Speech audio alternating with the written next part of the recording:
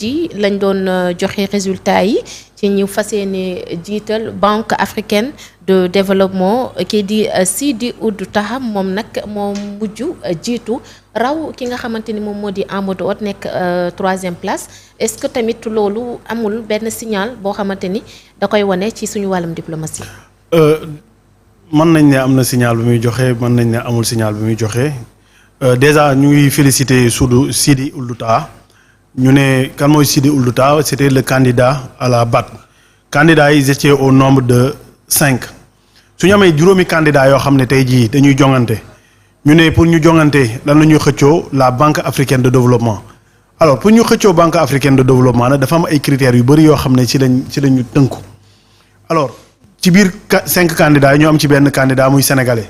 muy l'ancien ministre Amadou Hott. alors ginnaaw bi nga xam ne élection yi weesu na. jusqu'à 3e tour bi la Sidi Ould Tah gagné alors pourquoi ñu jàpp ne peut-être Sénégal wàllum diplomatie da ciy dellu ginnaaw. parce que peut-être am na benn sénégalais boo xam ne moo doon jongante mu perte. c'est pas la première fois alors pourquoi ñu jàpp ne aussi mënuñ ko considérer côté boobu noonu parce que tey jii soo xoolee ñi nga xam ne ñooy voté dafa am ñoo xam ne ay actionnaires lañ parmi les actionnaires ki nga xam ne tey ñii moo ëpp action. ci Banque africaine de développement Nigéria la avec 8%. Nigéria boobu candidat bi nga xam ne moom la doon jàppale c'était Sidi Ould Tah yeneen candidats yi nga xam ne yeneen ñi nga xam ne ay actionnaires lañ ci biir Banque africaine de développement ku ci mel ni Côte d'Ivoire Sidi Ould Tah la doon jàppale. donc tey jii victoire am bi bettul ñu bëri tey jii ñu bëri ñu ngi doon jàpp ne Zambien bi moom moo ëpp chance pour gagner ginnaaw sax soo seetloo premier tour bi mu ngi am ay 40%. ginnaaw il a fallu ñu demaat 2e tour il a fallu ñu demaat 3e tour pour ñu door a perte. alors par rapport à Amadou Hott alors gis nañ kii madame le ministre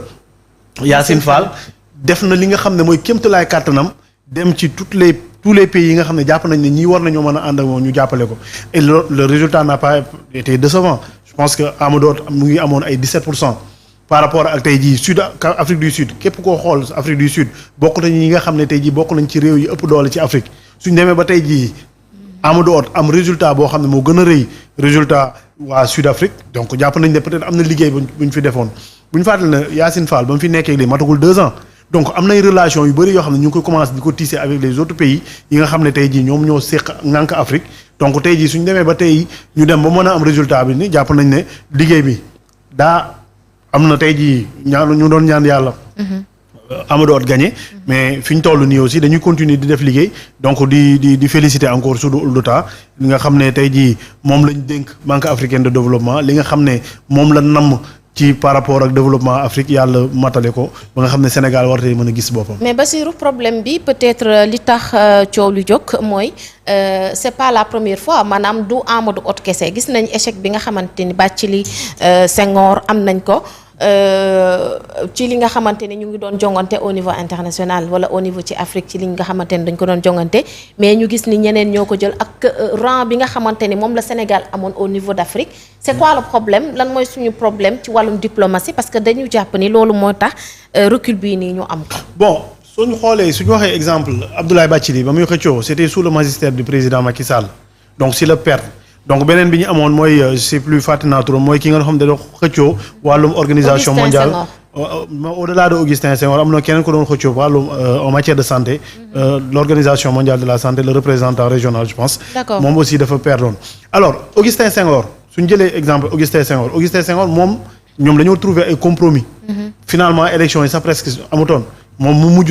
mujj nekk vice-président peut-être loo xam ne dañoo waxtaan ay compromis la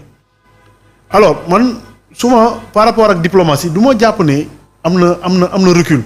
par contre tey jii nii y a des candidats yoo xam ne peut-être ils ont un meilleur profil peut-être les relations yi nga xam ne candidat boobu am na ko ak yeneen états yi par rapport ak parcours am par rapport ak plusieurs critères yoo xam ne tey moom la ñuy basé wu pour au moins à partir d'une élection nga mën a gagner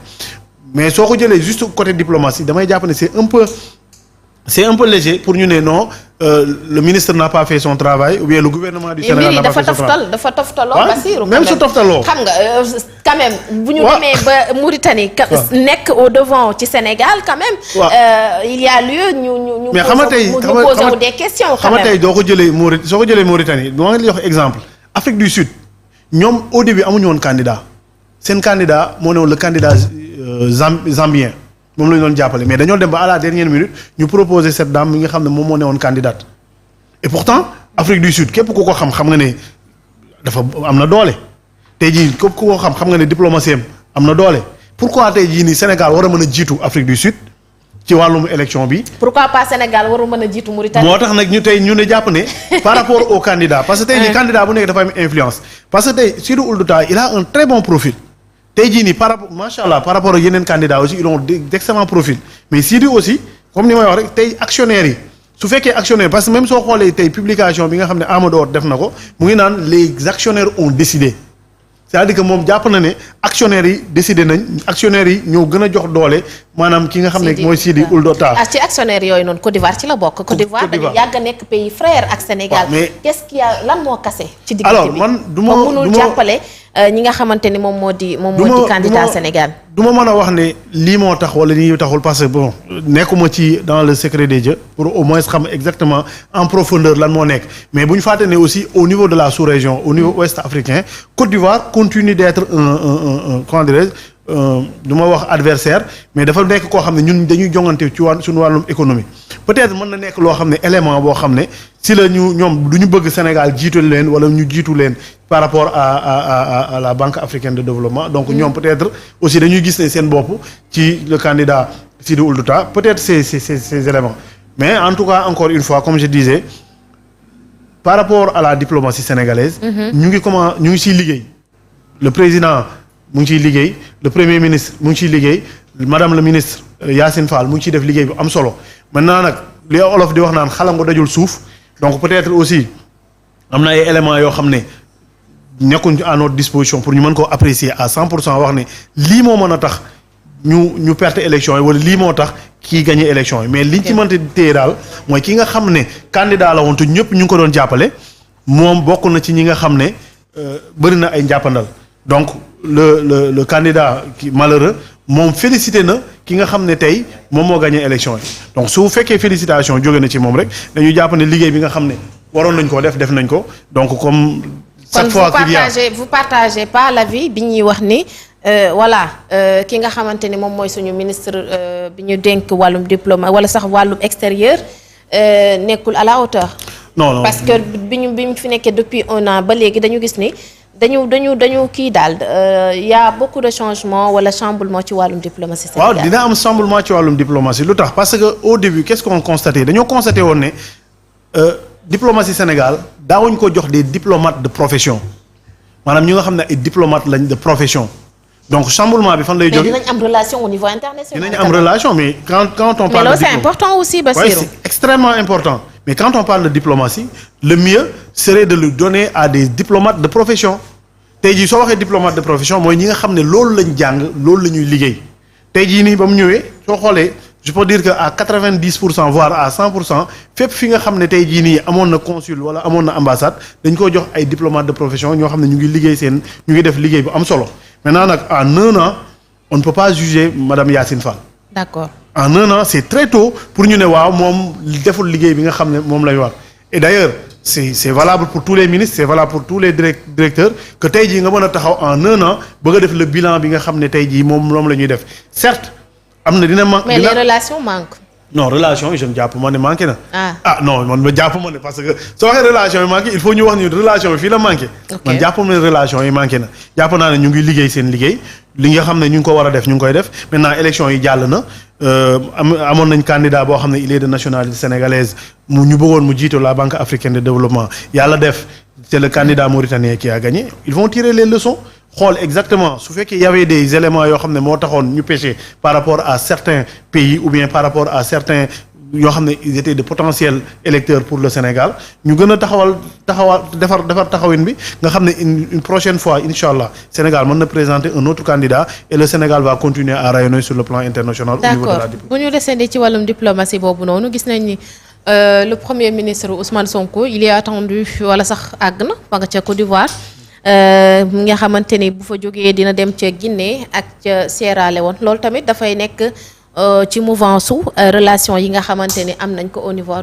de l'Afrique quand même. oui xam nga tey jii soo amee un premier ministre am un président tey jii c'est normal dëkk yi nga xam ne tey jii dañoo dend ak ñoom wala dëkk yi nga xam ne war nañoo mën a am ay coopération ak ñoom ñuy dem di jëflante di waxlante pour au moins tey jii nii li nga xam ne tey mooy ressource Afrique Afrique ñu mën ko moom. tey jii lan lañ doon gis souvent la coopération sénégalaise dafa tourner woon trop vers l'Occident. Aujourd'hui avec les nouvelles autorités notamment avec le premier ministre Ousmane Sonko gis nañ récemment la fi demoon Côte d'Ivoire. ñu bëri ñu doon wax naan lu ngi doon demoon Burkina autant pour moi ñu bëri naan non warutoon dem Burkina parce que c'est des pays de putschistes et cetera du ñun ñoo war a apprécier autorités ya fa nekk ñoom ñoo fa war a nekk waruñu faa nekk les Burkinabé ñoom suñ gisee seen bopp ne autorités yii fi nekk ñoom ñu ngi doxal li nga xam ne ñoom la ñuy xaar seen réew war nañ ko def alors ginnaaw bi nga xam ne dem na fa peut-être mën na am relation de cause à effet peut-être amul relation de cause à effet mais gis nañ ne am na benn communiqué conjointe boo xam ne un communiqué conjoint autant pour moi boo xam ne entre la CEDEAO avec les pays de l'AES par rapport à la coopération yi nga xam ne diggante bi am na ci premier ministre annoncé woon nañ ko ne waroon na dem Côte d'Ivoire donc tey jii yegg na Côte d'Ivoire donc dina bëri na yu bëri yoo xam ne dinañ ci waxtaan ak l'état ivoirien de façon générale également ak peut-être dina am ay coopération yu bëri yoo xam ne dina génn ginnaaw bi nga xam ne def na retour def na visite bi donc ñu koy annoncé du côté de la Guinée suñu pays frère la tey jii y a beaucoup de Guinéens qui sont au Sénégal y a beaucoup de Sénégalais qui sont en Guinée tey jii ñuy bokk nekk loo xam ne ñun ñoo bokk ñoo bokk sous région bi donc day nekk lu rafet tey jii nii au-delà du président au-delà des autres ministres mais que le premier ministre war faa mën a dem les autres ministres war faa mën a dem ñuy xalaat di wax ci li nga xam ne ay meññeenteefu Afrique la ñu war di ci mën di def ay coopération muy diplomatie muy agriculture muy yeneen secteur d'activité yi nga xam ne tey jii ñoom war nañ ko mën a soxlal Sénégal wala Sénégal war na leen ko mën a soxlal donc suñu waxtaanee ci li nga xam ne mooy les visites après dinañ xam exactement sur quel point leen am ay accords yoo xam ne jot nañ ko see d'accord on rappelle juste ñi nga xamante ne ñoom ñoo ñu door joindre ci direct bi ñu ngi ci débat du jour ñu invité fi tey ki nga xamante ni moom moo di